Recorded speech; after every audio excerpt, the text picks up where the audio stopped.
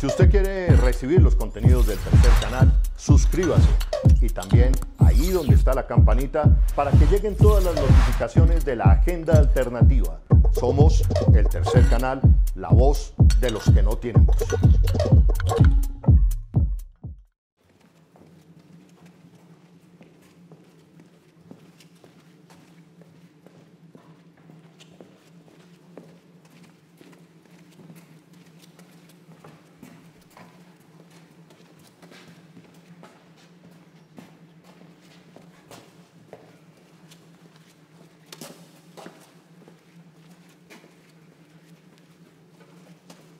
El silencio es como una introspección y la introspección siempre va en solitario, nunca puede ir en compañía. Y el silencio es soledad.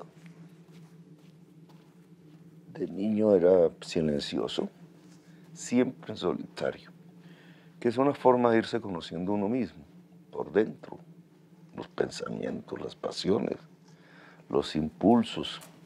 Pero la introspección siempre es un viaje solitario adentro de uno mismo. La soledad está ligada a la libertad.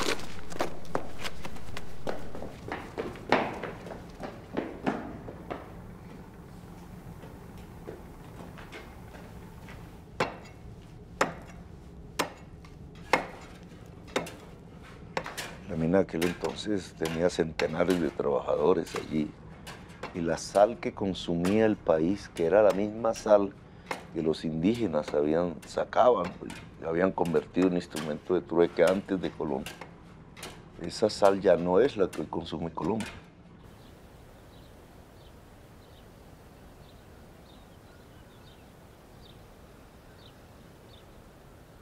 Me encantaba oír el sonido de los gorriones.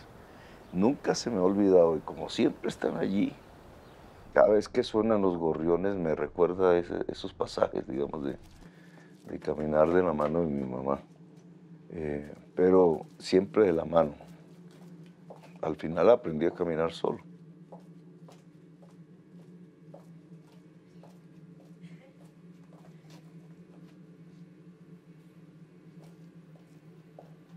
Pero a mí me gustaba más que los subterráneos, era las montañas por encima. Y las caminaba solo y me perdía. Y ahí ya no me daba miedo perderme, me daba miedo un poco que llegara la noche y pasar una noche en digamos, casi un prepáramo. Llegué hasta el páramo, ahí queda un páramo que se llama el Páramo de Guerrero. Y yo estaba muy joven como para saber qué podría pasar si llegaba la noche, estando solo y sin poderme devolver. Entonces trataba siempre de calcular. Y me perdía, pero de alguna manera encontraba el camino de regreso. Me gustaba perderme en las montañas, porque esa era una forma que tuve hasta ya bastante adolescente de pensar en mí mismo y pensar en las cosas, de reflexionar. Me ha encantado siempre caminar sin destino, sin saber a dónde. Así era la casa de mi abuela. Hoy esta es la casa de mi papá, tío de Gustavo, Orlando Petro, al que le decían el Chito. Él por cariño le decía el Chito. Las mismas puertas, las mismas ventanas, la misma reja al fondo, el mismo patio. Así era la casa de mi abuela, así como es esta hoy. Así jugaban los niños, Juan Fernando y Gustavo. Jugaban canicas, bolitas de uña, así como juegan los niños hoy. Jugábamos bolitas de uña, jugábamos la checa que dicen acá, el trompo.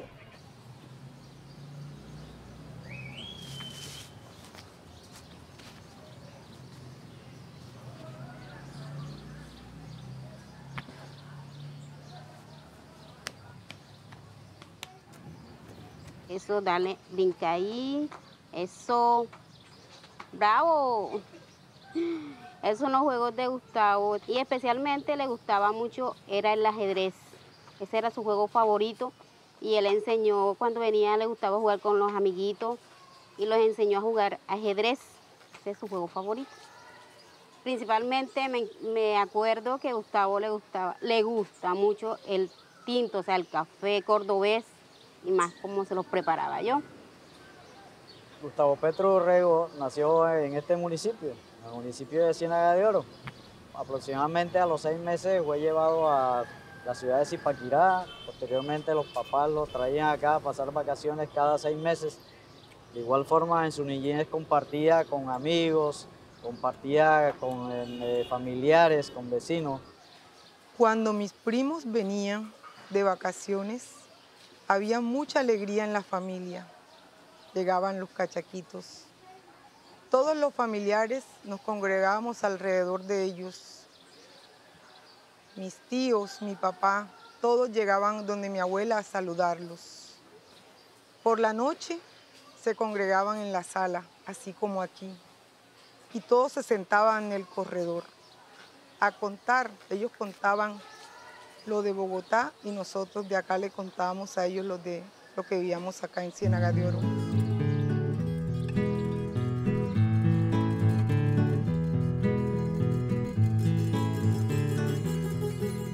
Mis padres se casaron muy jóvenes, mi madre muy bonita, una mujer muy bonita, mi padre un hombre muy guapo. De su matrimonio tuvieron 3 hijos, Gustavo el mayor, Adriana de la mitad, que soy yo, y mi hermano Juan Fernando el menor. Pero cada uno nos llevamos 1 año de diferencia, cosa que no hace mucho de diferencia, realmente parecemos todos casi de la misma edad. Inicialmente mis padres vivieron en la ciudad de Bogotá, muy pequeñitos nosotros, bebés, cerca de una tía, la hermana mayor de mi mamá, que se llamaba Elvinita. Allí crecimos como hasta la edad de 4, 5, 6 años y luego mi papá es nombrado pagador de la normal de Zipaquirá y nos trasladamos a la ciudad de Zipaquirá.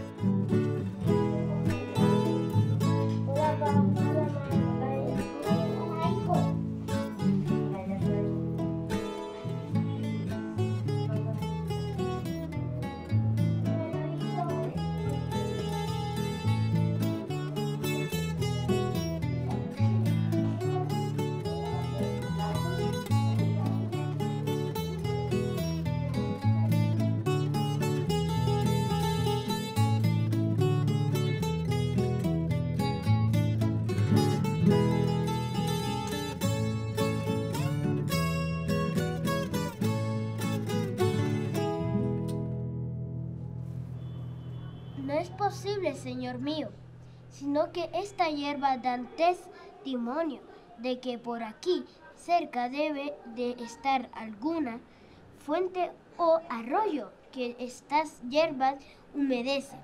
Y así será bien que vamos un poco más adelante, donde podamos mitigar esta terrible sed que nos fatiga, que sin duda causa mayor pena que la hambre.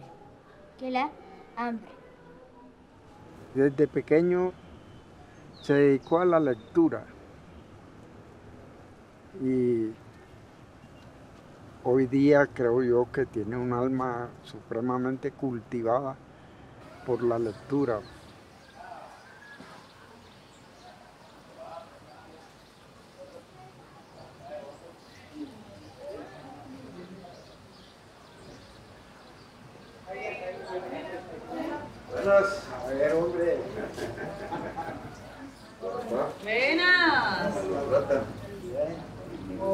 Mira, regalo de parte de su hijo. Bueno, buenas. Hola. Pedro, ven tú. ¡Feliz cumpleaños! ¿Cómo has pasado? Bienvenido. Bienvenido a su casa. ¿Qué tal? Mi familia, por parte de los Petro, es del Sinú. No digamos de Córdoba, sino del Sinú. Y específicamente del Bajo Sinú. Es la parte baja del río Sinú, que pega con Lorica. Es una zona donde está toda la familia.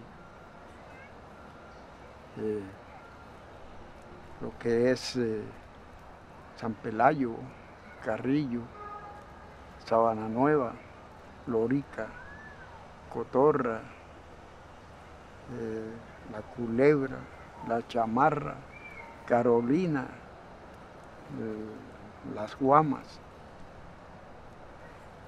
En esa zona se asentó la familia. No sé cuándo, ni de dónde venimos.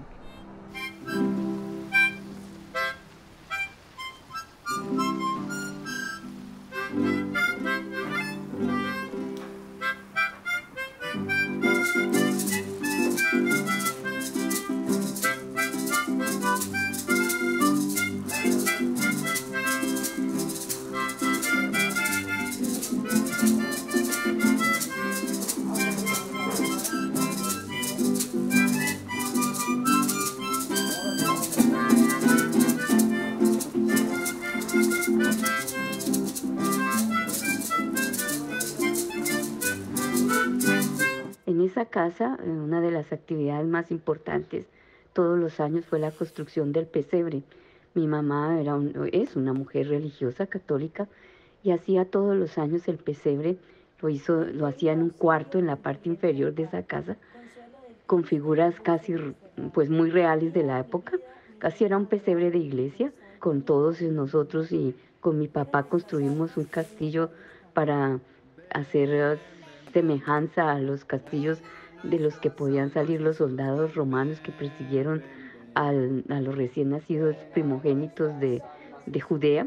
Entonces era muy increíble toda esa historia de hacer el pesebre. Nos reuníamos alrededor del pesebre y rezábamos la novena, como todas las familias, cuando mi papá llegaba del trabajo en la noche. De ahí mi padre, y sobre todo por presión de mi madre, deciden comprar una pequeña casa. No era tan pequeña, de fachada, era pequeña, sobre la carrera octava, muy cerca a la anterior casa, de la misma propietaria. Y es como nosotros comenzamos ya a estudiar en el colegio todos. Yo estudié la primaria en el colegio La Presentación de Zipaquirá. Mis hermanos entraron al Colegio Nacional La Salle de Zipaquirá. Ahí comenzamos en esa casa la vida de estudiantes en primaria y secundaria, y especialmente pues empezamos a crecer.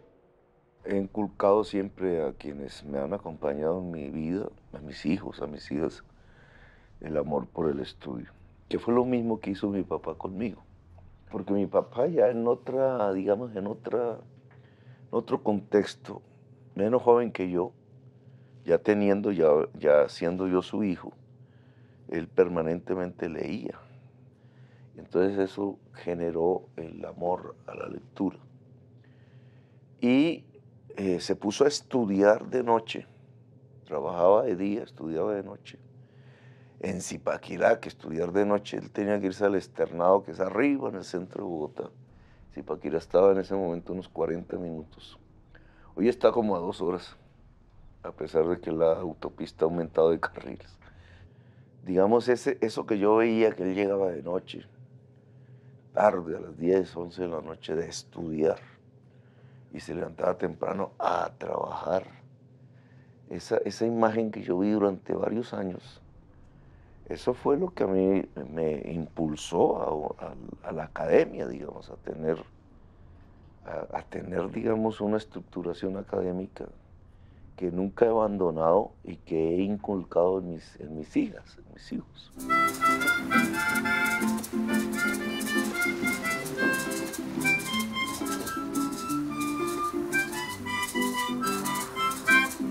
Pero llegó un día, a mis padres obligaron de abandonar a la vida. el cultivo y su ganado. ¡Huepa! Había en la casa familiar de la abuela una especie de alberca gigante y él se metía ahí y eso era satisfacción para esos momentos de niñez. Allí conocí a los hijos de Francisco, que eran el Chape, el Chito, el Negro, Gustavo Petro Sierra y Álvaro Petro Sierra.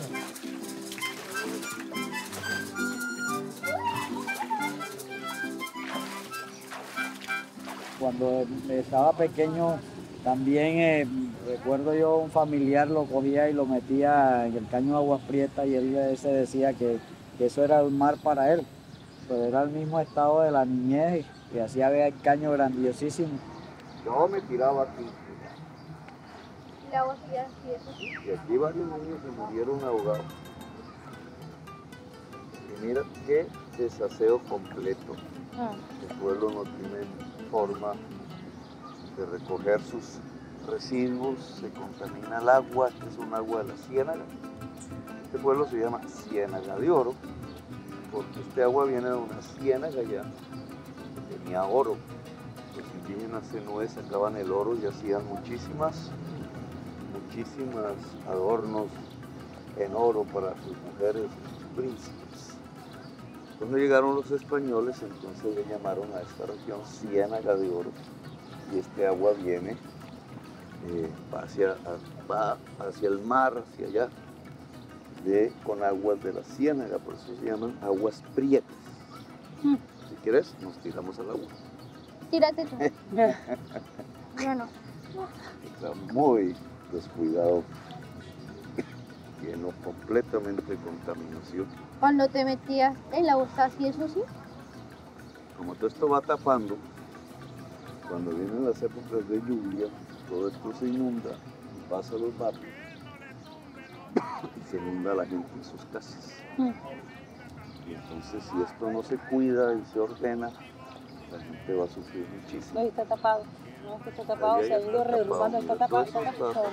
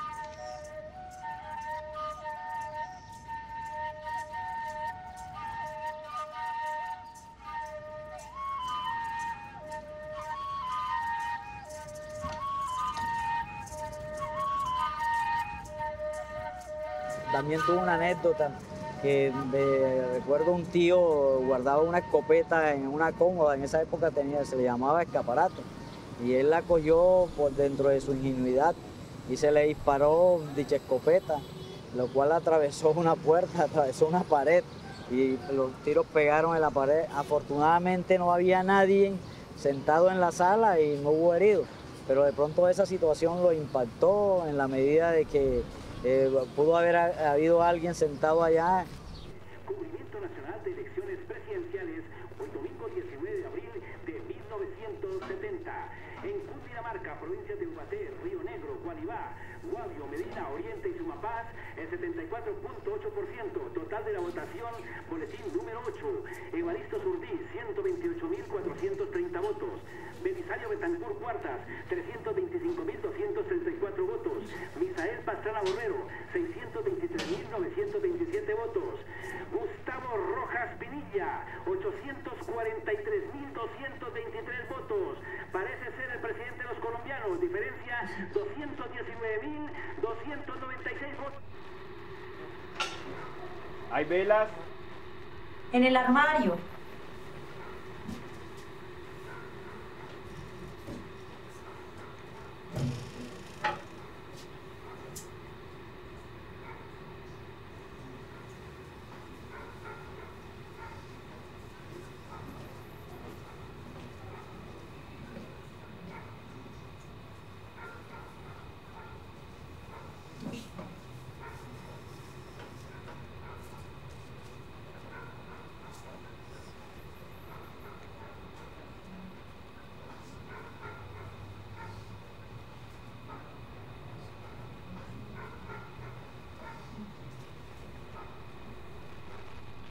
El fluido eléctrico que ha interrumpido la transmisión de los datos oficiales en todo el país. Atención, nuevo presidente de los colombianos, con 1.625.025 votos, con el 99.5 de escrutinio. Misael Eduardo Pastrana Borrero, del Frente Nacional, frente a Gustavo Rojas Pinilla del ANAPO, con 1.561.468 votos. La diferencia, 63.557 votos. No, aquí no voy a explicar todavía en la casa. Y entonces, para allá corrías para el caño de Aguas Prietas, ¿sí? Sí, me iba para allá, me iba para el caño. Y entonces, para eso, ahora sí. Ahora sí. Esta era la casa de mi abuela, pero era de bareque y techo de palma. Y la tumbaron todas. Yo me sentaba en esa esquinita siempre a ver pasar la gente. Y aquí jugaba fútbol, mira. Tú jugabas muy mal. Que me pasaban casi los carros. Jugaba mejor que tú. ¿Qué va? ¿Y esta, ¿No? y esta carretera que existió era por pueblo? ¿Era tierra? ¿Era tierra? Con mi hermano Juan. ¿Qué miraban? ¿Qué miraban? Nada. ¿Nada? Saludos. ¿Qué miraban? Las niñas de Ciénagadora, ¿por qué no dices? ¿Qué era lo que miraban? Adiós. Sí, claro. Y decían, allá están los cachacos, llegaron los cachacos de primos de Ciénaga de Oro. Adiós. Ay. Era bastante tímido, pero dentro de su timidez tenía cierta atracción por las chicas de acá del pueblo, era bastante enamorador. De igual forma, a veces me preguntaba yo cómo hacía para enamorarlas. Yo le preguntaba, dame el secreto, él me decía, no, que a través de la mirada y se quedaba mirándola y con eso ya era suficiente como para que la chica se sintiera atraída. Y allá cae el sol, entonces se ven unos atardeceres chéverísimos y ponía la mecedora aquí y me decía. ¿Tú te metías al caño sin saber nada? Porque era bajito. Aunque el señor que vivía ahí, sí, que era de mi edad, en esa época un muchacho se fue allá a bañarse y se ahogó. Imagínate, nena. Chachón se llamaba. Qué peligro. Chachón. El Caribe tiene una diversidad cultural en su interior que también he aprendido caminando. Cuando llegué a la Sierra Nevada de Santa Marta, indudablemente el mundo que me encontré era diferente al de Córdoba, completamente. Yo trataba de encontrar similitudes, pero al final era diverso. El mundo de Córdoba siempre me gustó por la vinculación que tenía allí de indígenas, de árabes. Yo alcanzaba a escuchar música árabe en las calles, siendo a mis 15 años, 16 años, y me parecía muy extraño. Me traía ese eco que me invitaba de conocer el mundo.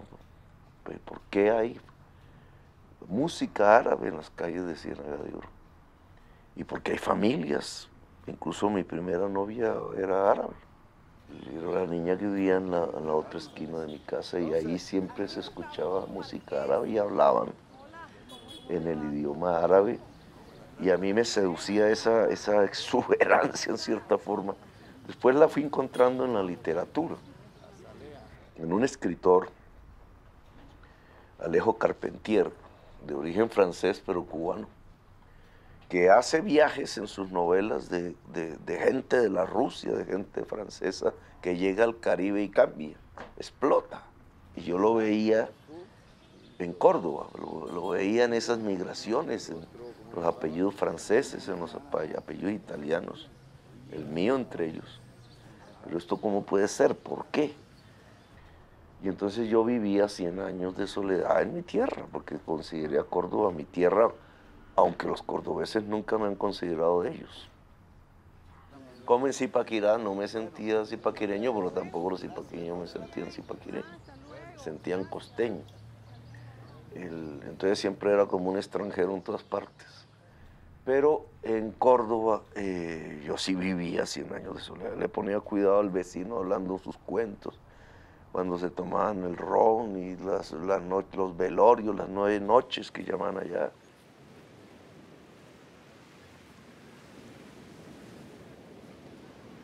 Colombia no podría ser sin el mar.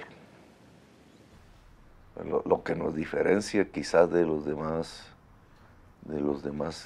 pueblos incluso de Sudamérica es que nosotros somos una transición de los Andes hacia el Caribe. Una cosa excepcional, interesante. Es interesante porque tiene el pie en los dos mundos de la América del Sur, igual que tiene el pie en los dos océanos, que es digamos que sobre lo cual debió haberse montado la riqueza nacional. Es sobre poder tener los pies en los dos océanos. Lo intentaron porque eso fue Panamá, pero fíjate qué tragedia terminó siendo. La élite colombiana decidió entregar Panamá por $25 millones, con lo cual hicieron los ferrocarriles para dejarlos destruir unas décadas después. Es decir, Panamá se nos evaporó de las manos. No quedó ni siquiera el dinero por el cual pagaron para que lo entregáramos.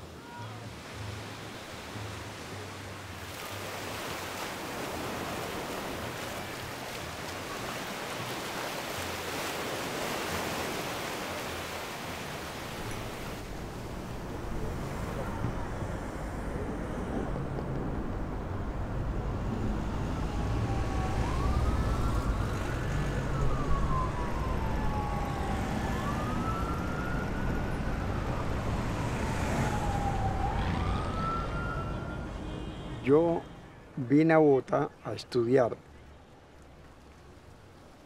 Me casé y no pude estudiar en el momento que debía hacerlo. Me tocó esperar muchos años para poder hacerlo por las limitaciones económicas, ¿no? Entonces, siempre le di prioridad al estudio de mis hijos. Y estudié ya viejo. Después de 14 años de haber terminado bachillerato, pude ingresar a la universidad. Y compraba para los apuntes, usaba esos cuadernos que llaman profesionales, que son de resorte. Y una noche se me acabó el cuaderno que tenía en uso, y mi sorpresa cuando veo que el que cogí tenía varias hojas escritas. y me puse a leer y era una especie de novela que Gustavo había empezado a escribir cuando solo tenía 8 años. Y era lo que, en cierta forma, casi un anticipo de su propia vida.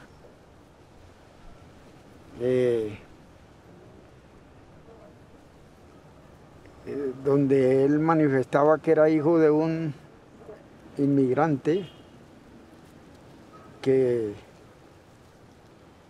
lo perseguía la policía, la Interpol, que un día en un pueblo dado lo cogieron y al día siguiente lo fusilaron y él presenció el fusilamiento de su padre. Entonces no quiso volver a la casa y se fue al monte. Y ahí es donde entra lo que dije en un momento, parece un anticipo de su propia vida. Entonces dice que se fue al monte y se encontró con la guerrilla y formó parte de esa guerrilla en el proyecto de telenovela o de novela que estaba escribiendo. Ese ha sido él. Se dio cuenta que yo me había enterado de lo que él había escrito y no volvió a escribir.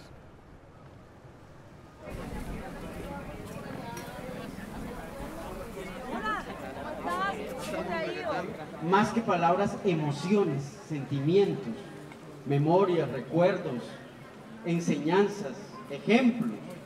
Y todos radican y todos tienen un mismo atractor que es mi papá, Gustavo Ramiro Petro Sierra. Lo que recordamos no es una enseñanza a través de palabras, sino a través de un ejemplo. De esa raíz que es parte de la existencia de mi papá y por tanto de nosotros, que es esta región, esta tierra, estos lugares donde aprendimos realmente a vivir, a sentir, a apasionarse. También hubo otra raíz allá en Bogotá, que es, como dijo Juan, los libros. Hay un dato absolutamente peligroso. Si ustedes no quieren que sus hijos cojan el camino nuestro, no les vayan a dejar leer El Quijote y Rousseau. Jean-Jacques Rousseau, que hablaba de la democracia y de una serie de palabrejas que yo iba leyendo a los 10 años, solo porque mi papá tenía un tomo de los clásicos Jackson, que eran las Confesiones de Rousseau, y al ladito El Quijote. El Quijote es un eterno andariego que anda tratando de cambiar el mundo, que encuentra monstruos que él mismo se crea en la cabeza, todo por amor, y va destruyendo los monstruos con su lanza y con su Rocinante y con su escudero, todo por amor, en una locura que al final era simplemente una ilusión. Y al lado de los libros estaba Rousseau, el que hablaba de democracia, el que hablaba de que los seres humanos todos son iguales, que el principio del ser humano es la libertad, que la naturaleza del ser humano es la bondad y que la solidaridad, la igualdad y la fraternidad es lo que origina naciones. Y entonces, al poner al Quijote con Rousseau, pues salieron los hijos de papá. Por culpa de mi papá leerse esos libros, ahora los tenemos a ustedes al borde de un cambio de la historia de Colombia. Sinceramente estoy emocionado, en primer lugar con mis sobrinos, que han tenido la gentileza, ese detalle generoso de parte de ellos, de organizar la celebración de mi cumpleaños 87.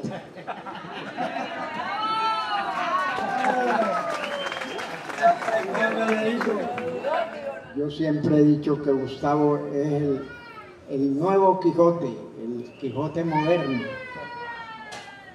el idealista, peleando con molinos de viento, peleando con toda la podredumbre que hay en Colombia. Y permítanme que utilice ese término de podredumbre porque no podemos decir de otra manera.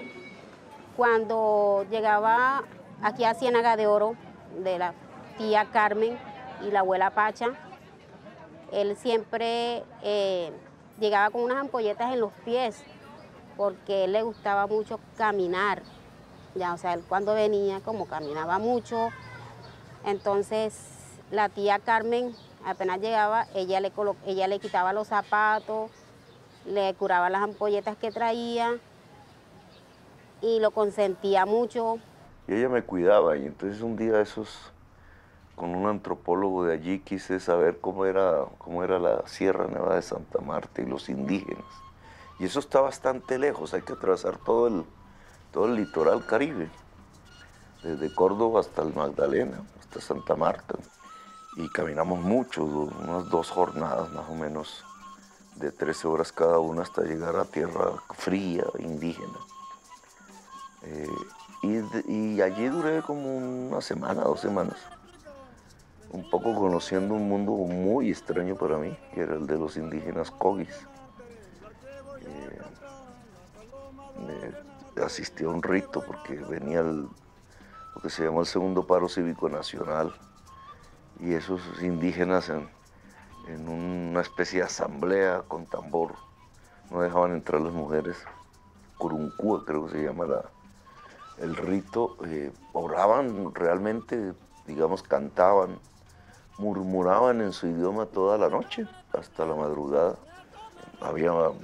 Casi todos los caminos eran llenos de aguacate, y los ríos, quebradas, digamos, hermosísimos, fríos, cristalinos. Una tierra hermosa, me pareció hermosísima. Pero decidí volver. Me sentí también algo solo por allá. Y decidí volver y nadie me acompañaba. Entonces decidí el camino que intentaba recordar, más o menos eran 20 horas. Entonces lo hice bajando. Llevaba unos tenis de tela, de algodón, y en los primeros 2 quebradas se pudrieron. Y entonces en la mitad del camino ya no tenía zapatos. Y la jornada siguiente fue terrible porque se me ampollaron los pies, nadie me recogía, era peligroso porque era la época de la marihuana. Y entonces se notaban esas camionetas, volquetas de poderosísimas y gente encima. Y mataban mucha gente en esa región, hasta que llegué al pueblo de Mingueo. Apenas vi el mar desde arriba, sentí como descanso, pero más caliente se iba poniendo el piso y más heridas tenían los pies, y nadie me recogía hasta que llegué abajo, al pueblo de Mingueo, Guajira.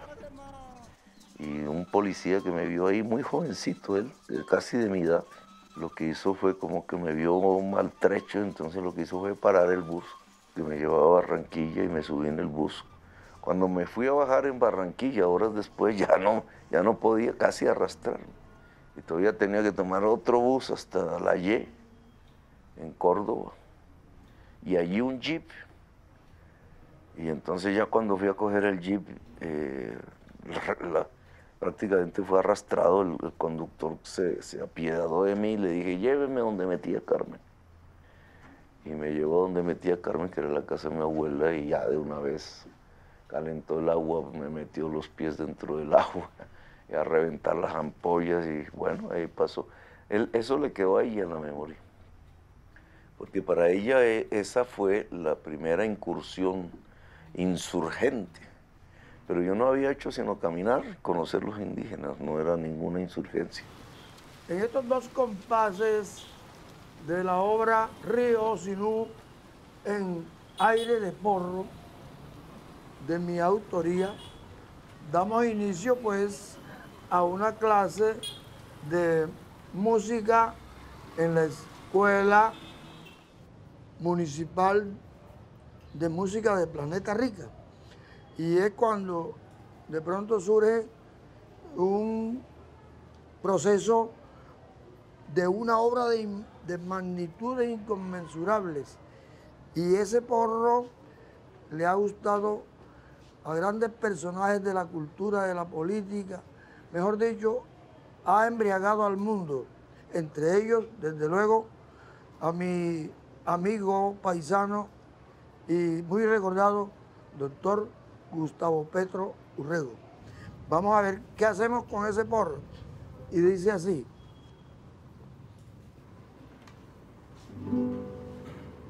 Una tarde a orillas del Sinú, un ensueño de amor tuve yo, y en la espuma pintada de azul escribía mis versos de amor. Esa tarde mi amor navegó por las aguas. Y ahí, por ese lado, ahí fue que yo aprendí del amor y de la mujer. Fue ahí, no fue en otra parte. Y fue primero bailando, porque si no sabes bailar no puedes conquistar una muchacha, no tienes forma, estás perdido. Entonces, de alguna manera, mi frialdad zipaquireña tenía que quitarse y ser reemplazada por el instinto caribeño. Más o menos lo logré en el porro.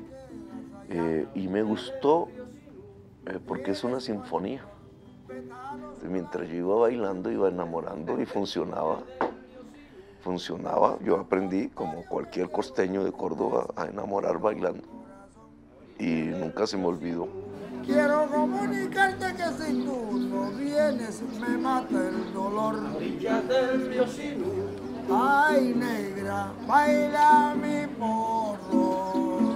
A orillas del río Sinú. Ay, negra, baila mi porro así. A orilla del río Sinú. ¡Huepa, hey!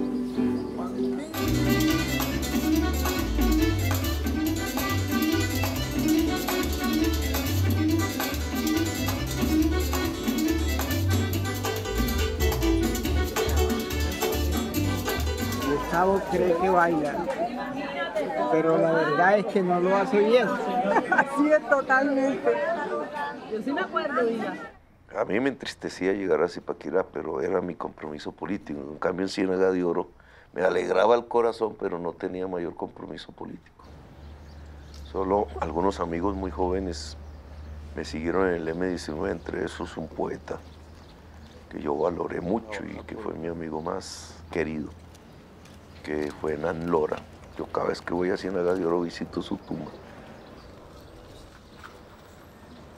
No hay mejor forma de morirse que cabalgando en estrellas sobre el mar, y que en la mortal caída hacia la nada vayamos de la mano del amor. Hernán. ¿Dónde lo mataron? Bogotá. ¿Bogotá? Hernán Lora lo destrozaron en la tortura aquí en Bogotá, Maza Márquez. Y yo tuve que recogerlo, meterlo en un ataúd y mandarlo en un avión de carga a Ciénaga de Oro, a Montería. No pude ir a su entierro. Y él era mi amigo más querido. Yo lo recogí quemado, yo vi la forma, lo habían colgado de los labios y lo habían destrozado. Y nosotros ya estábamos en La Paz. En La Paz digamos, en los años 90, 91.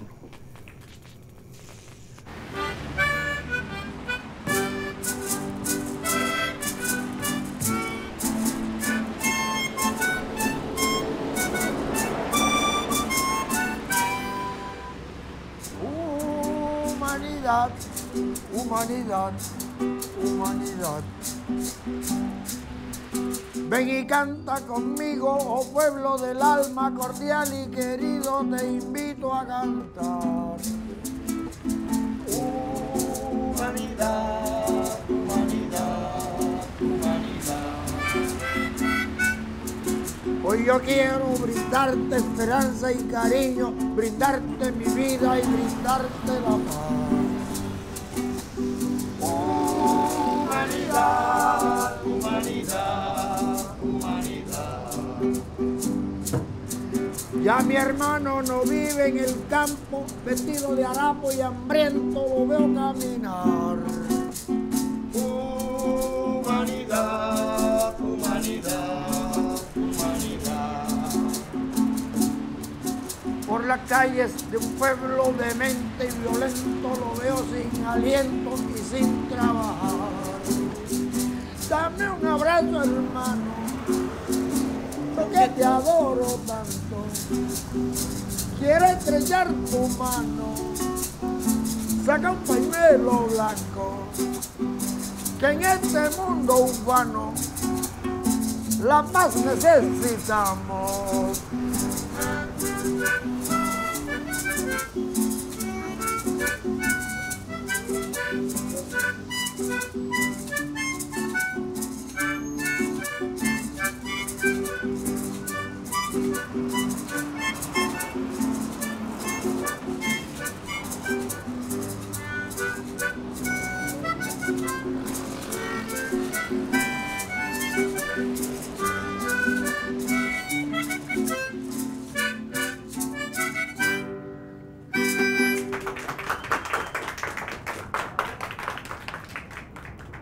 De los momentos tristes de Gustavo, recuerdo la muerte de su amigo Hernán Lora. Gustavo lloró la muerte de Hernán.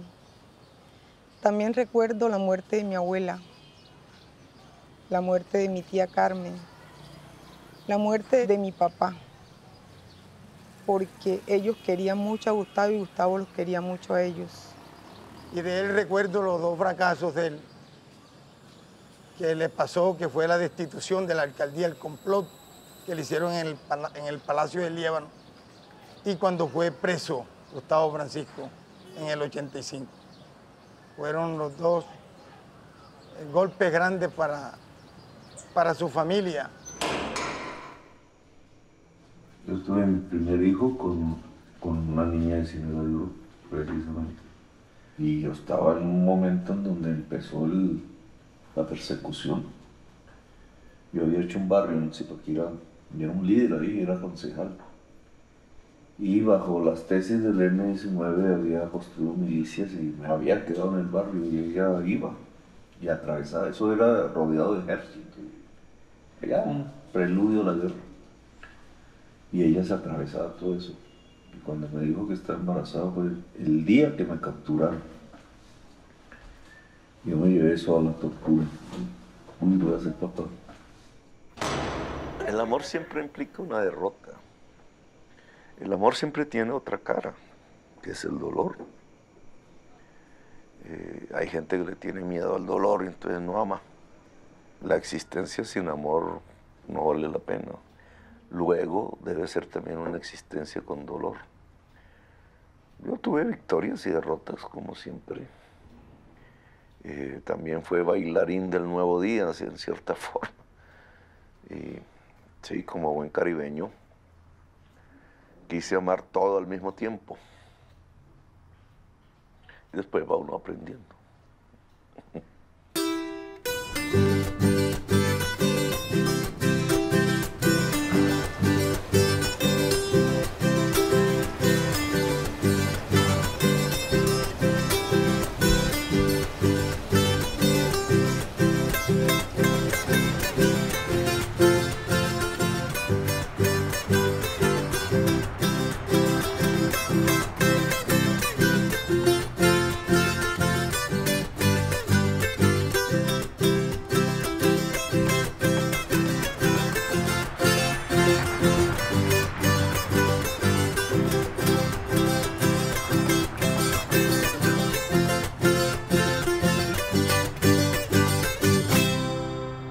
Paolo se fue sin mi abrazo, sin el abrazo del enfermero que vi arrodillado ante él, cuidándolo, limpiando sus heridas de las agujas con esmero, como un hijo diciéndole amore.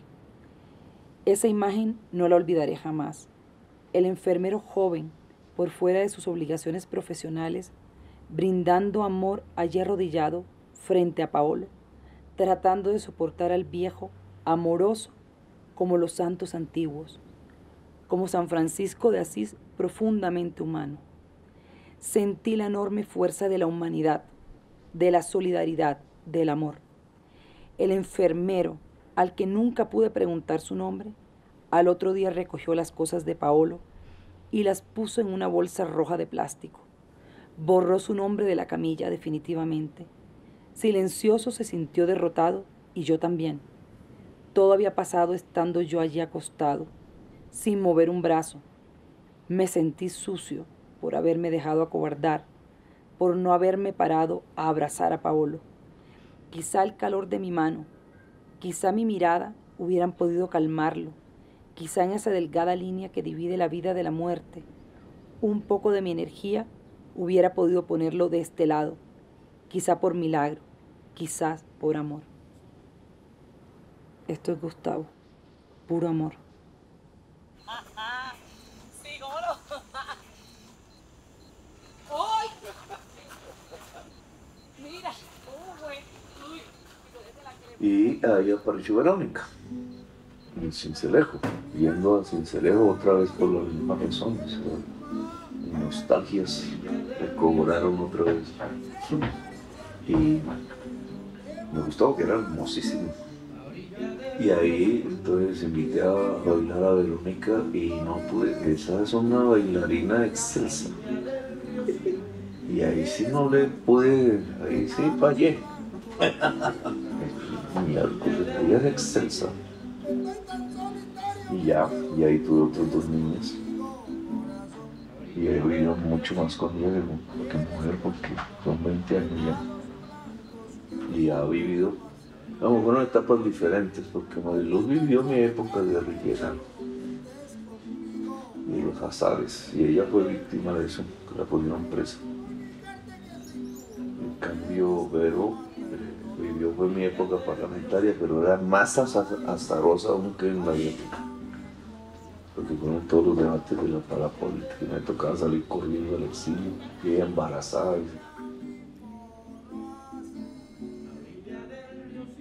Décadas de violencia. ¿Cuánta gente ha muerto? Estadísticas frías, 500,000 entre la violencia de mediados del siglo XX y esta. ¿Cuánta tejido social se ha destruido con esos muertos? No puedes evaluarlo. ¿Qué tipo de sociedad hubiéramos sido si no hubieran muerto? No se puede evaluar, no se puede saber. Ya no es una fría estadística. Cuando estudiaba los debates de la parapolítica, que la tecnología que usé para eso fue un consejo del padre Javier Giraldo. Digamos, él era el gran denunciante de políticos, de generales, sobre todo de crímenes de lesa humanidad. Y entonces él me dijo, la lesa humanidad se define como una sistematicidad. Entonces, ¿un genocidio qué es? El asesinato sistemático. Para hacer una investigación judicial de un genocidio tienes que sistematizar los asesinatos, es decir, acumular procesos, encontrar los puentes comunes. Y eso era lo que no hacía la Fiscalía. O sea, el mecanismo de la impunidad consiste en Colombia en fragmentar los procesos, porque ahí matas de una la sistematicidad, entonces no encuentras el culpable. Y eso era lo que pasaba. Y entonces yo, siguiendo esa idea que le escuché a él, pensada él en otros términos, yo la apliqué al trabajo parlamentario.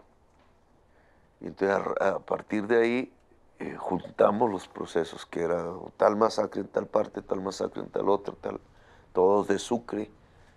Ahí hay diversos testigos, pero uno en cada proceso, entonces ese uno nunca llevó a juzgar a nadie, pero cuando tú juntas todos los procesos tienes 10, 15 testigos. Y si todos dicen lo mismo o acusan a los mismos, pues tienes unas pruebas. Y los que de ellos fui encontrando quiénes, pues eran los políticos de Sucre. Todos están presos a 40 años, 50 años.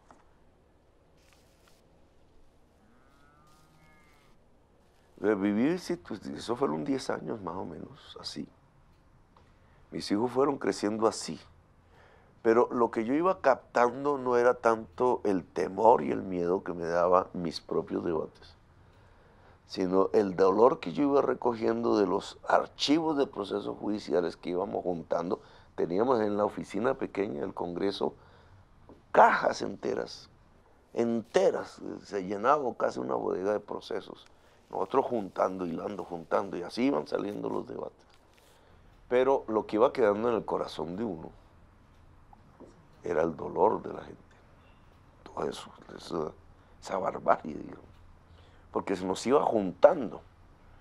Entonces no era el dolor de tal, del Salado, punto, no, sino que era lo de Norte de Santander, era lo de Tibú, era lo del Catatumbo, era lo de Montes de María, lo del Salado, lo de Macayepo, lo de la Mejor Esquina, lo de la Universidad de Córdoba, etcétera, etcétera. Entonces cuando uno en el corto plazo recogía todo eso, pues salía enfermo.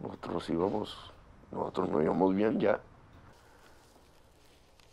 Si uno cogiera eso, que yo lo viví en pequeño, porque al final fueron unas piezas de investigación, y lo juntara como la realidad, o sea, cuánto dolor realmente ha habido en Colombia durante décadas juntas, si eso se pusiera a acumular, si hubiera una fórmula matemática.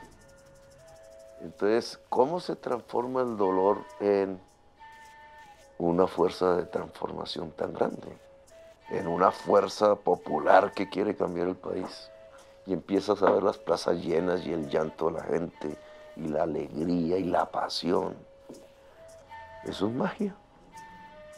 No puedes interpretarlo de otra manera. El dolor se transformó en una especie de alquimia inexistente, de unas fórmulas químicas aún no inventadas, en fuerza de transformación, en futuro, en esperanza. El dolor y el miedo se te transformó en esperanza. ¿Cómo se hace? No hay fórmula. Esa es Colombia.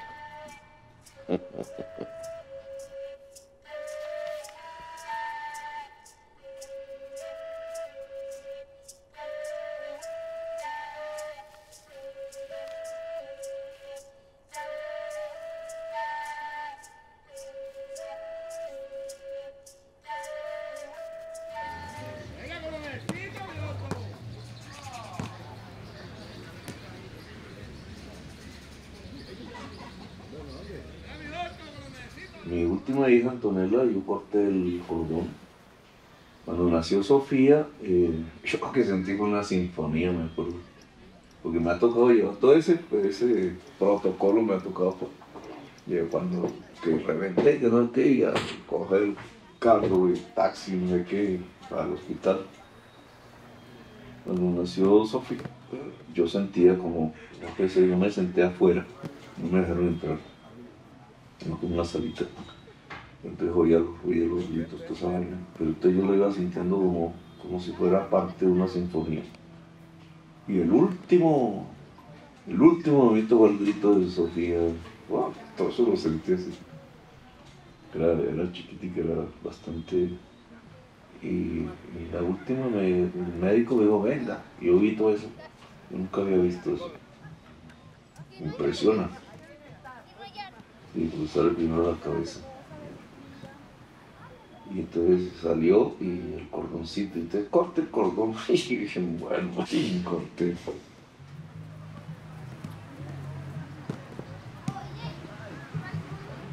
Lo primero que hacemos es calentar, hervir los tomates para quitarles esos tomates para un espagueti a la matriciana, que es lo que voy a hacer. Se supone. Estás prendiendo la otra. Antes no aparece. Dinero es un equivalente, un símbolo, es un signo. No significa nada si no representara algo que no es el dinero. El dinero en la sociedad capitalista te representa mercancías, cada cosa de estas es una mercancía. Si yo la fuese a vender, ¿cierto? ¿Cuánto costaría este libro? Ya no tiene el segundo tomo porque me lo robaron. Entonces, ¿cuánto valdría este libro si yo quisiera volverlo mercancía?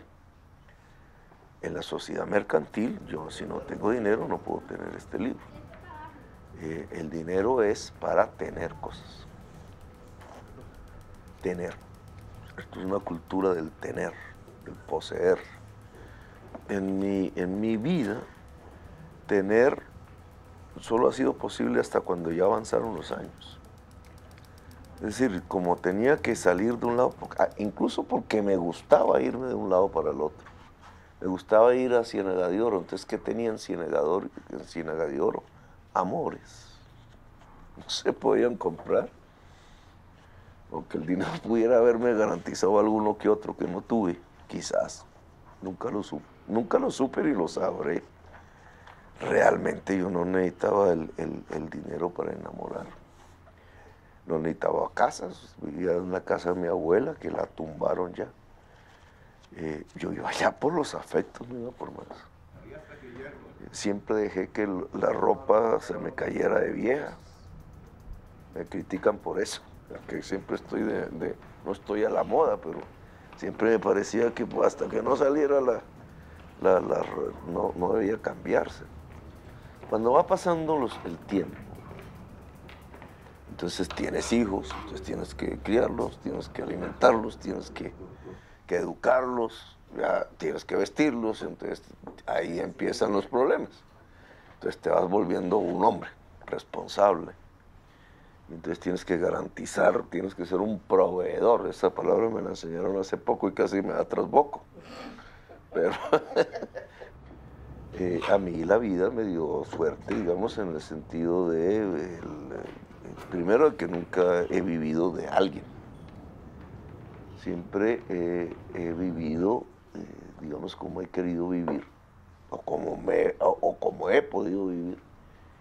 El hecho de haberme vuelto parlamentario me dio la subsistencia final relativamente cómoda, porque es un buen salario, porque es de privilegiados, porque te va aburguesando, te vas dejando cooptar, porque entonces te endeudas. Al endeudarte eres un esclavo.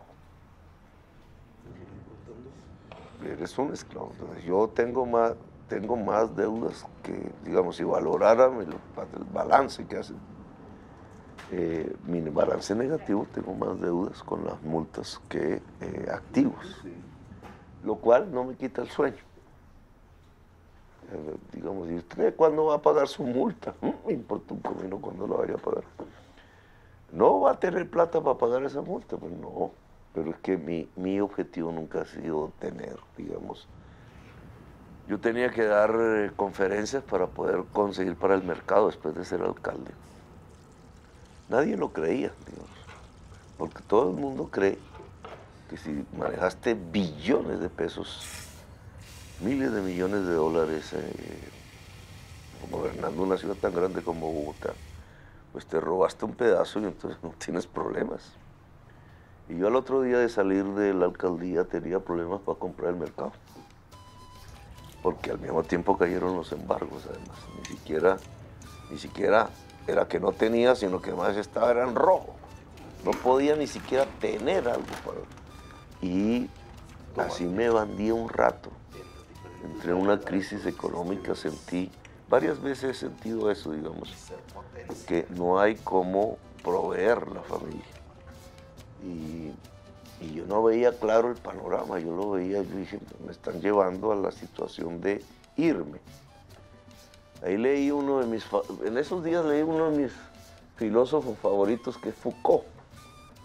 Y ese libro se llama El coraje, la verdad, aquí está. Es muy bonito porque este es un libro sobre Sócrates,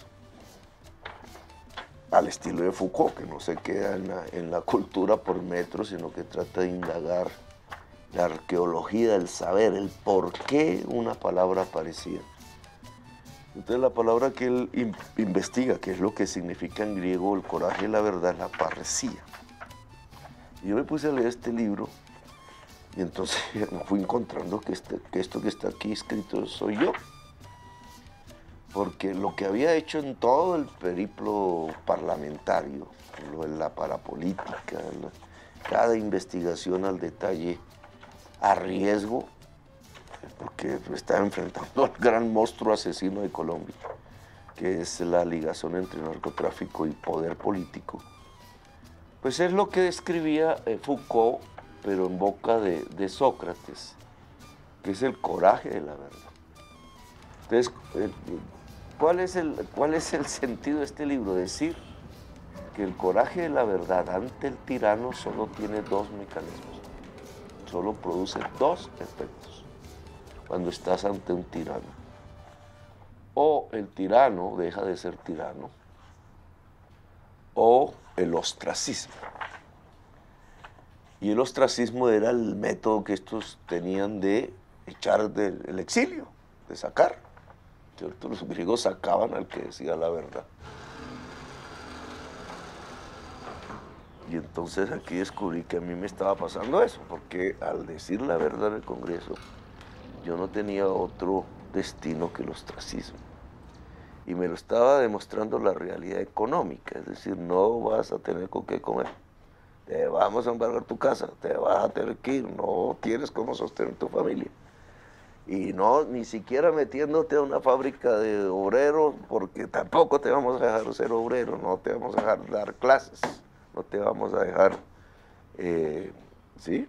Y si consigues algo, lo embargamos. Eso fue así en cadena, chuchum, 2016-2017.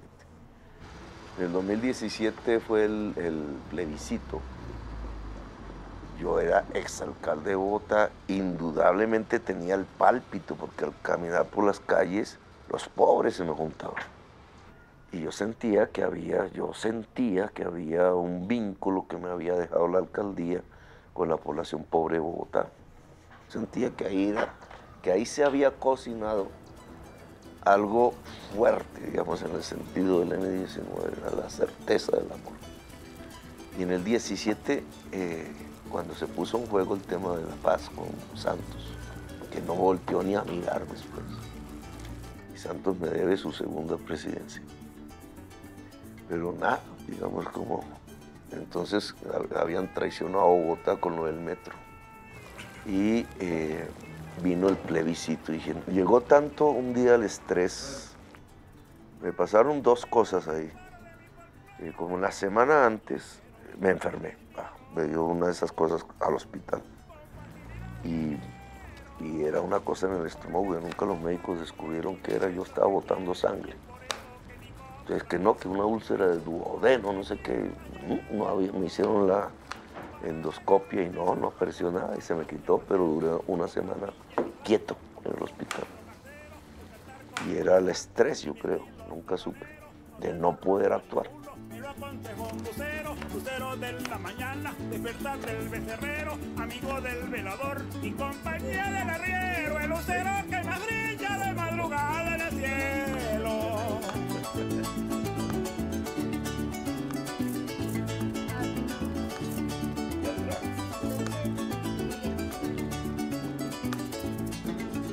Y después me invitaron a Ecuador, estaba Rafael Correa, entre ellos mucho más amables, entonces sí me invitaron a una conferencia.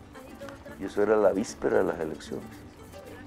Había gente del Ecuador, gente colombiana, estaban hablando del tal plebiscito por la paz. Y yo había notado que iban a perder, y lo dije. Y todos esos izquierdistas que habían ahí estaban aburridísimos conmigo, porque ¿cómo se me ocurría decir que el gran plebiscito por la paz para refrendar los acuerdos con la FARC iba a ser derrotado? Y yo lo dije en el Ecuador. Y al otro día me vine a votar, cogí el avión, quería votar, vine y voté. Y perdimos. No perdió Santos, nunca. Pero siempre me quedó el amargo, porque se perdió por 65,000 votos. Yo creo que ese plebiscito lo robaron. Es más, tengo un trabajo investigativo de algunos compañeros que ahora se han juntado conmigo. Ellos tienen mesa por mesa en donde se sumaron votos por el no y en donde le quitaron el sí, y da un balance a favor del sí. Entonces vino las elecciones del 18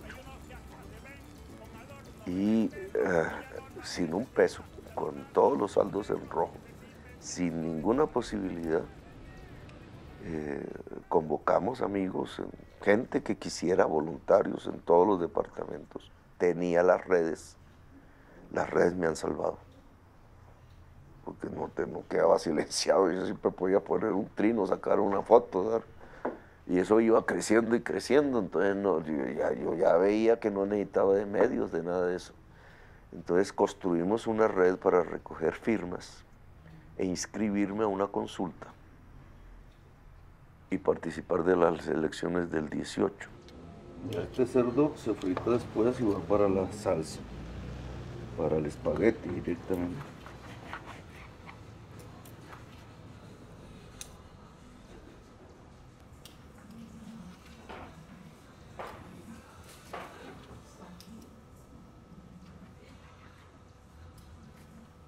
Existen muchas maneras de entender el amor y asimismo existen muchas maneras de expresarlo. Y la mayoría de ellas no son tan explícitas como quisiéramos que lo fuera. El amor no siempre está en las palabras. El amor a veces es silencioso y muchas veces está en los actos. El amor está en cada paso que damos. El amor está en nuestro trabajo. Yo creo que en el trabajo de mi papá, lo que él hace, todo lo hace con amor y por amor. Él, cuando tiene que explicar cosas a personas que muchas veces no quieren entenderlo ni siquiera, es un acto de amor, de pedagogía y de amor. El amor también es sacrificio. En el amor que él tiene por su trabajo debe sacrificar tiempo con su familia, debe sacrificar actividades que le gustaría hacer en el día a día, debe sacrificar libertades. Y este amor es para personas que no conoce y que tal vez nunca va a conocer.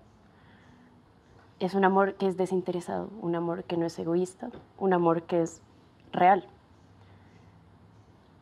Y qué más amor que no querer que nadie duerma en la calle. Qué más amor que no querer que nadie pase hambre nunca.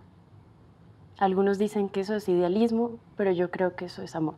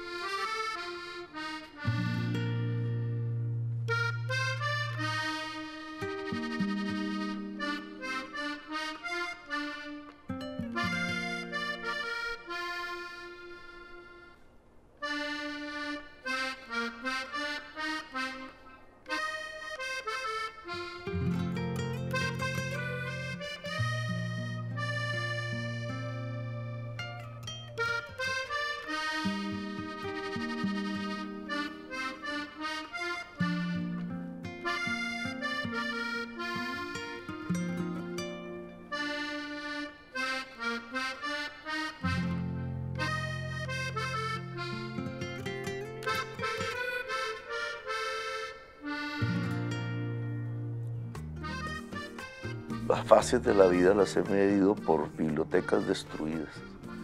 Me han destruido varias bibliotecas.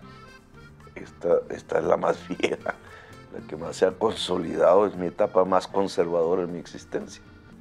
Porque para tener una biblioteca grande hay que ser muy estable, muy sedentario, muy godo, muy conservador. Mis bibliotecas eran de revolucionario, entonces se evaporaban, se perdían, las quemaban. Se las robaban, se diluían. Entonces yo a veces recupero libros de ese entonces. Yo tengo uno cuando estuve preso, que es de la biblioteca primera, que estaba en mi casa, por ejemplo, y es filosofía. Es dificilísimo. Nunca había visto cómo un señor podía escribir de manera tan dificultosa, ni más ni menos que Hegel. Esta es la ciencia y la lógica. Me encantaba ese tema de la dialéctica, del tema del conflicto y la contradicción como base del movimiento. Pero estas notas las hice mientras estaba preso. Y fue un poquito después de la tortura. Y entonces me fueron quedando como pedazos de recuerdo. Ya no miro simplemente qué quiso decir Hegel aquí en estos libros, sino que son un pedazo de un recuerdo de mi vida. No los tengo por lo que dicen, sino los tengo por lo que yo sentía. Yo aquí sentía que estaba encerrado, sentía que esta era una manera, en esta dificultad de entender esta filosofía abstracta, enrevesada, que es la de Hegel, y ir avanzando página por página mientras pasaban los días. Yo sentía era la forma de pasar a la prisión. Era una forma, igual que el caballito, y entonces descubrí este caballito, fue al mismo tiempo. Y entonces este caballito lo hice estando preso. Siempre hacía caballitos al lado. Los presos me enseñaron a manejar estos instrumentos. Me corté muchísimas veces tratando de aprender, hasta que iba logrando más o menos. Me encantaba ver, porque esto era un bloque, y entonces yo veía la figura dentro del bloque. Eso yo creo que le pasa a todos los, todo, digamos. Entonces simplemente iba sacando y sabía más o menos, pero como por una especie de instinto, irle quitando el pedazo del bloque que no iba a ser parte de la figura y logrando dar esta figura. Es decir, como si esta figura estuviera dentro del bloque antes de que yo empezara a trabajarlo. Pues aquí había cerebro y corazón.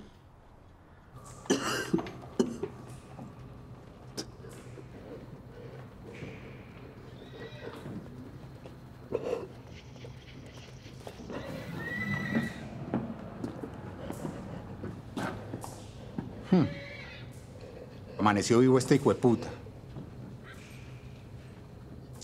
¿Y cantó? Todavía no, mi coronel.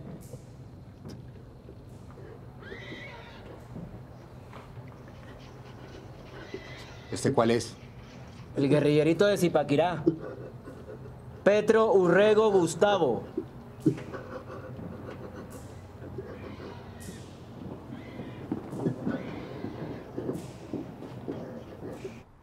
Y en una sociedad, ya pensando en términos generales, digamos, la sociedad del conocimiento, que es plural, digamos, que es toda la diversidad del saber a la que tenemos que llegar, no puede nunca desligarse de la sociedad de la sensibilidad, porque esta es la que al final nos impide matarnos, o por lo menos que la muerte no avasalle con todos y todas.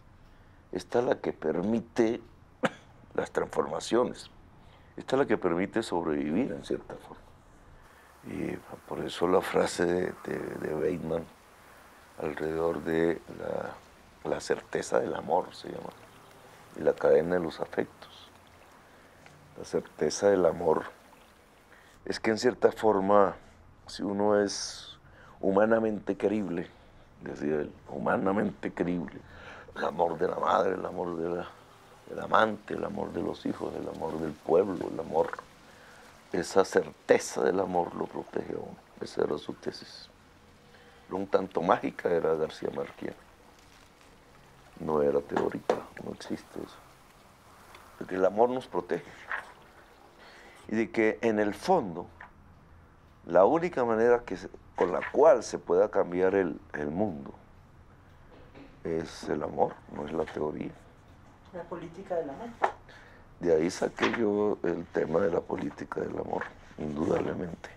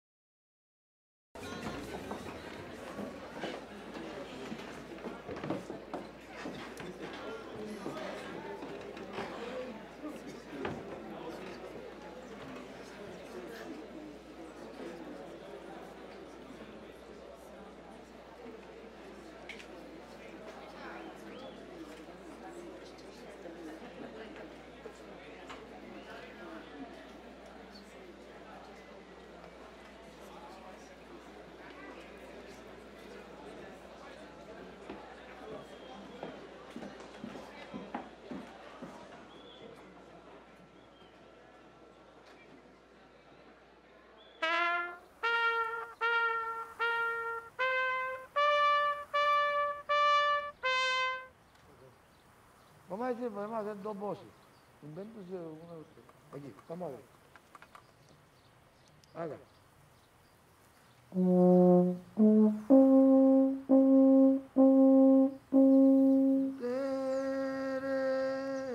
Este es un mi, va.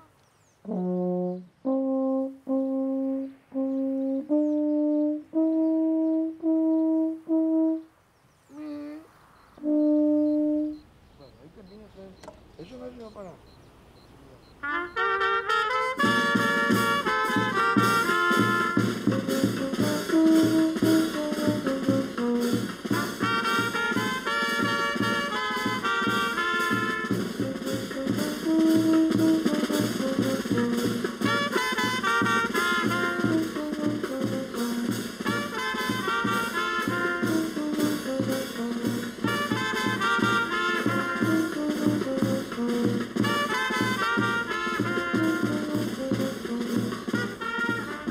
La teoría, la práctica, es el cerebro y el corazón, es el conocimiento y la sensibilidad juntas. Si una sociedad junta esas dos, si la sociedad colombiana pudiera juntar esos dos, yo pienso que superamos completamente nuestros problemas.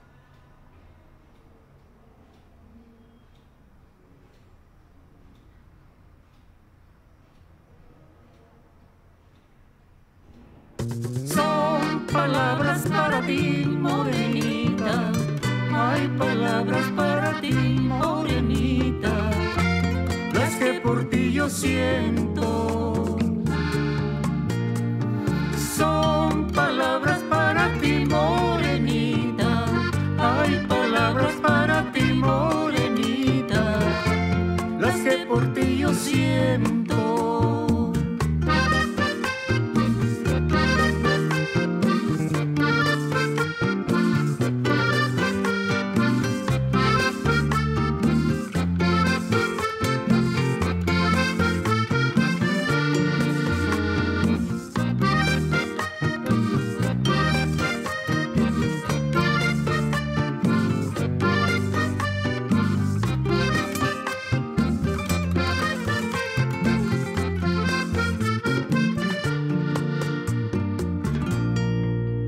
Canto solo para ti, tan solo para ti, este dulce lamento.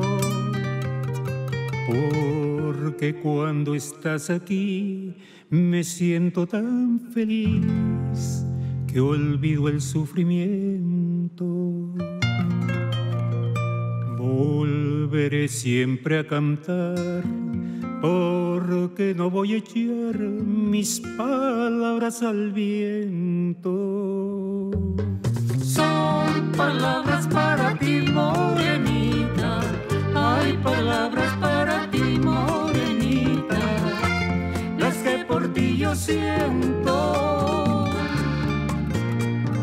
Son palabras para ti, morenita.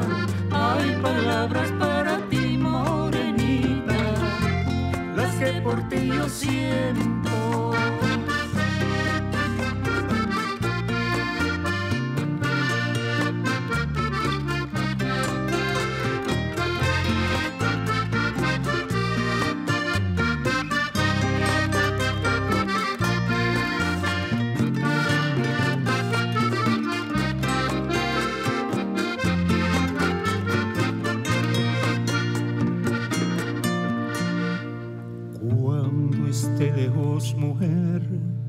Esté lejos, mujer, me traerá el pensamiento. La tibieza de tu piel y en tus labios de miel, tus besos y tu aliento. Ser el triste trovador que en noches de dolor cantara su lamento. Son palabras para ti, morenita. Hay palabras para ti, morenita. Las que por ti yo siento.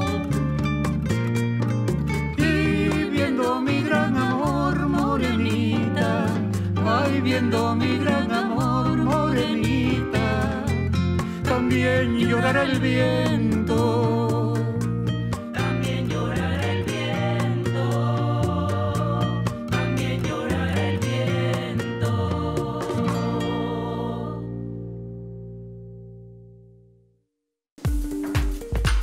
Hola, bienvenidos al Tercer Canal. Síganme. En más de un año de creación hemos podido acercarnos cada vez más a la Colombia profunda. Gracias. Y poder acompañar el sentimiento popular de una generación que quiere que la dignidad se vuelva costumbre. Ustedes, los seguidores del Tercer Canal, son la razón por la cual nosotros podemos seguir realizando nuestro trabajo día a día. Gracias a sus aportes a nuestras líneas Nequi y Davi Plata, podremos seguir llegándole a millones de colombianos la información de nuestra agenda alternativa. Y recuerden suscribirse a nuestro canal de YouTube para recibir todas las notificaciones de nuestros contenidos. Somos el Tercer Canal, la voz de los que no tienen voz.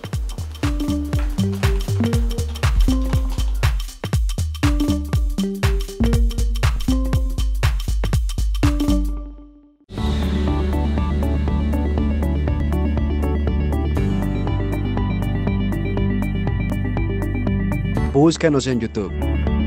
Selecciona tu video favorito. Suscríbete a nuestro canal.